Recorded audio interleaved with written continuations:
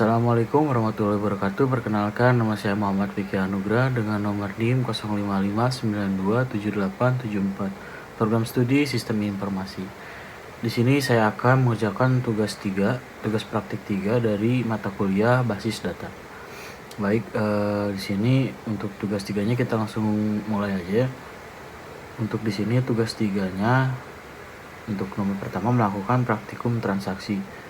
Yang kedua melakukan praktikum basis data terdistribusi. Oke. Sesuai dengan panduan pengerjaannya di sini menggunakan database yang sudah ada ya pada sebelumnya kita bikin pada tugas 2.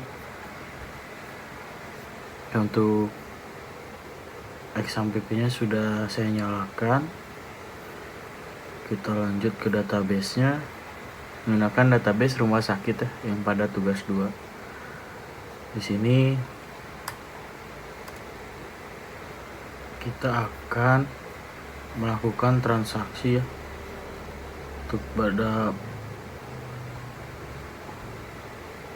Untuk di tugas 2 ini, tugas 3 ini kita akan melakukan praktikum transaksi pada database 2 yang sudah kita bikin. Baik, untuk selanjutnya kita langsung aja ke rutin. Create new routine. Di sini kita namain transaksi 1. Oke, untuk prosedur ininya kita drop. Kita menambahkan parameternya sendiri di sini ya. Untuk panduannya di sini yang pertama ada transaksi menggunakan query commit ya. Untuk commit, oke.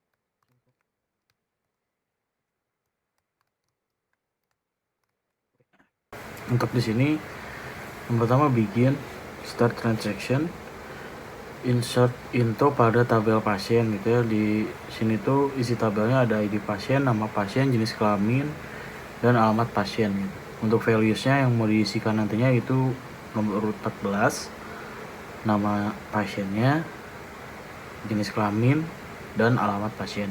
Select from pasien, jadi select tuh tabel pasien gitu.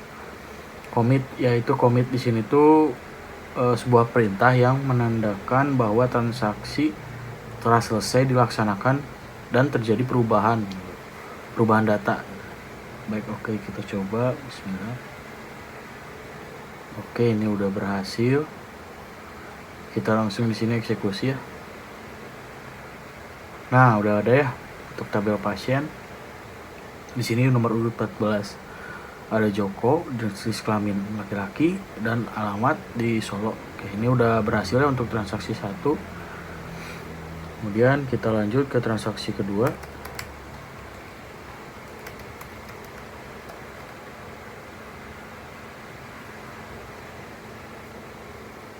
Oke.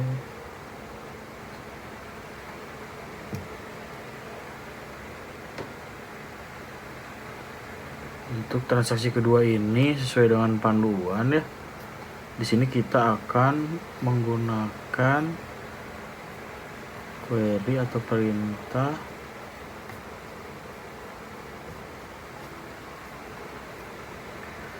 rollback gitu ya.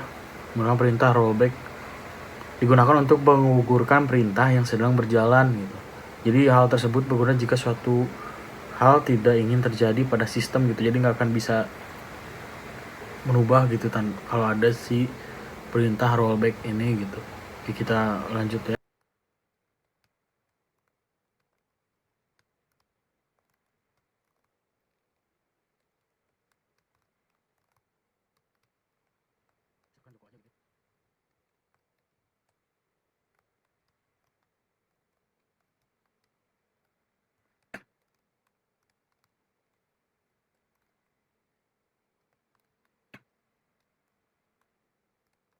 Oke, jadi si rollback ini itu tuh pernyataan rollback itu digunakan untuk menggugurkan perintah yang sedang berjalan gitu. Jadi kan tadi yang transaksi satu tuh commit tuh udah ada perintah gitu, di situ penambahan satu pasien.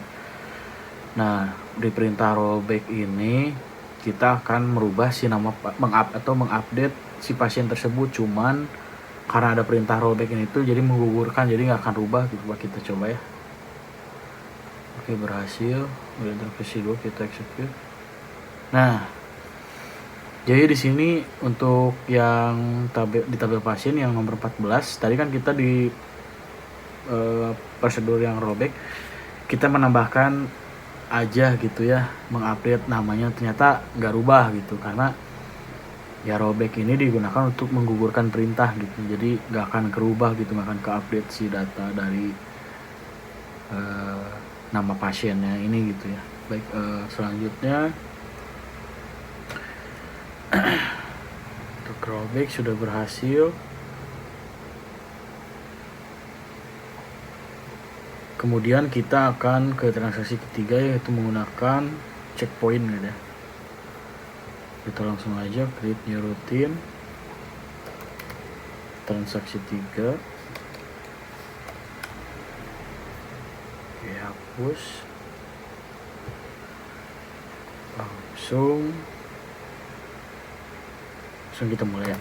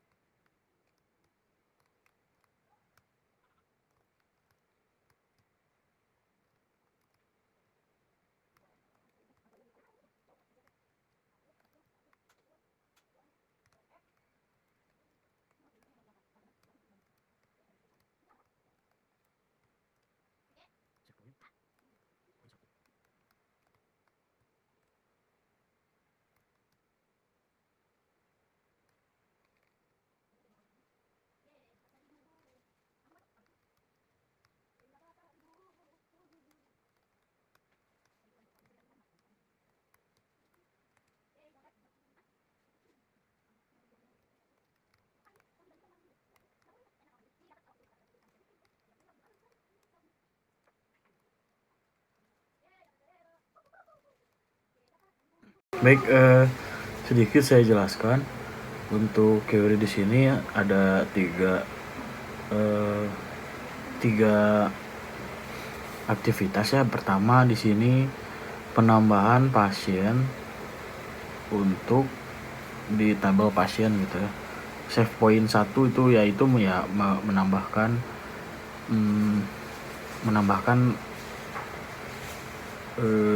satu baris pasien gitu.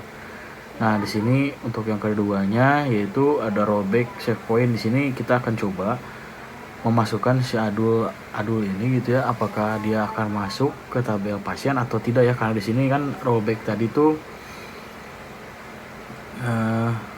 pernyataan yang digunakan untuk menggugurkan perintah gitu. Sedangkan kita di sini kan menggunakan transaksi checkpoint gitu. Checkpoint di sini yaitu merupakan tempat titik di mana proses akhir disimpan gitu, seperti yang telah kita pelajari bahwa satu perintah rollback akan membatalkan atau mengembalikan suatu perintah ke kondisi di mana transaksi belum terjadi gitu. Hampir sama kayak transaksi kedua gitu. Nah, kita coba, bismillah. Oke, berhasil, langsung kita eksekusi. Nah, benar sekali ya teman-teman. Di sini untuk adul tadi yang kita masukin di nomor 16 itu nggak masuk ya, karena ada perintah rollback gitu. Jadi di sini yang masuk hanya Wati dan Fani gitu penambahannya. Oke, untuk transaksi kita di sini udah selesai. Kemudian kita di sini untuk melakukan praktikum basis data terdistribusi gitu ya, sesuai dengan panduan. Di sini kita akan menambahkan trigger ya. Trigger di sini itu merupakan suatu perintah atau event yang dapat memicu perubahan sebuah basis data gitu. Oke. kita akan menambahkan dulu tabel baru ya.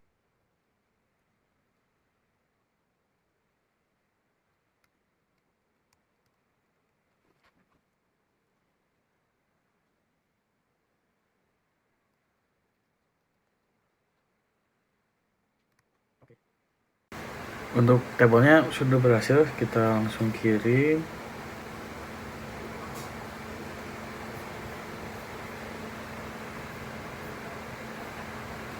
Oke, untuk tabel obat sudah dibuat ya. Kemudian kita lanjut lagi ke tabel transaksi obat ya.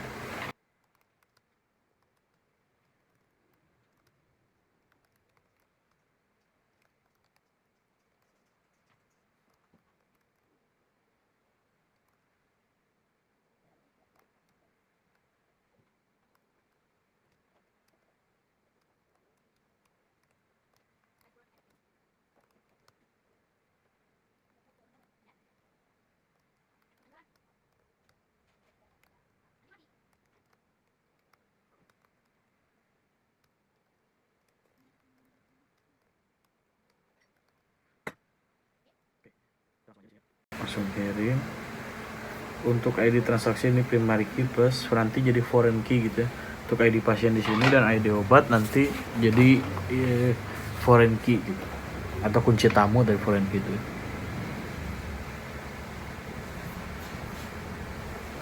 Oke. Untuk penambahan tabel sini sudah terbuat ya. Tabel obat dan tabel transaksi obat gitu. Oke, di sini kita langsung aja ke trigger ya. Penambahan trigger. Sebelum trigger, bentar, kita ke tabel obatnya dulu ya. Oke, tabel obat kita akan menginsert obat-obatnya di tabel obat ini.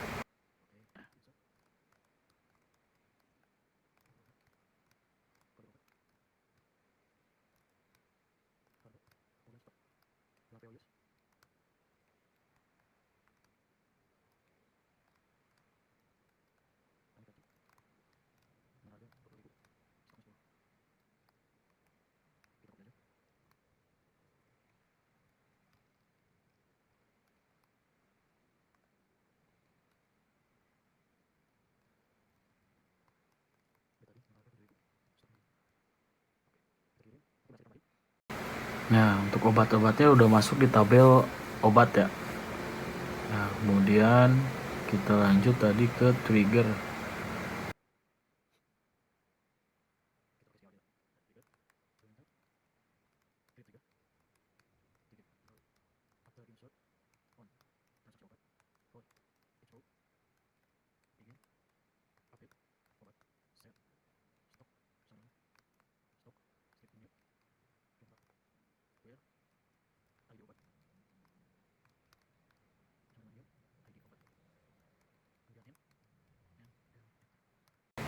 Oke.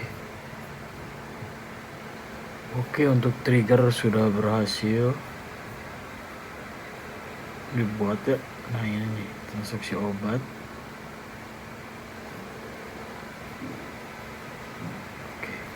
Oke, di sini kita harus memberikan indeksnya dulu kawan. Bentar, di transaksi ID pasiennya menjadi foreign key.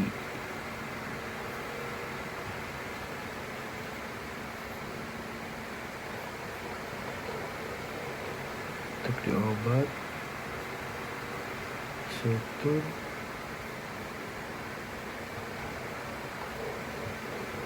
menambahkan indeksnya dulu ya.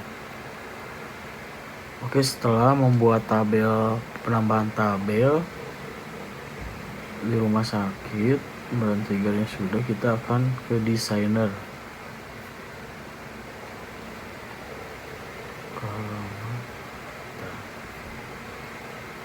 New page.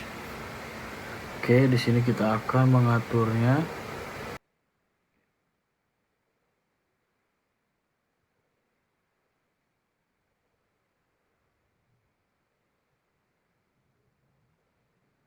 Oke, di sini sudah tersebut, kita akan mengklik ke sini.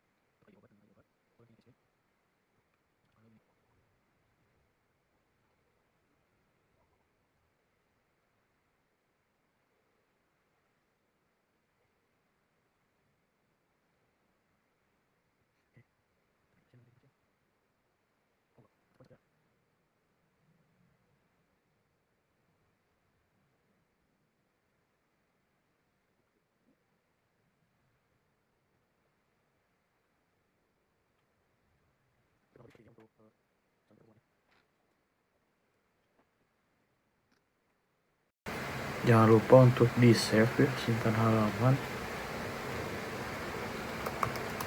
Yes, 3.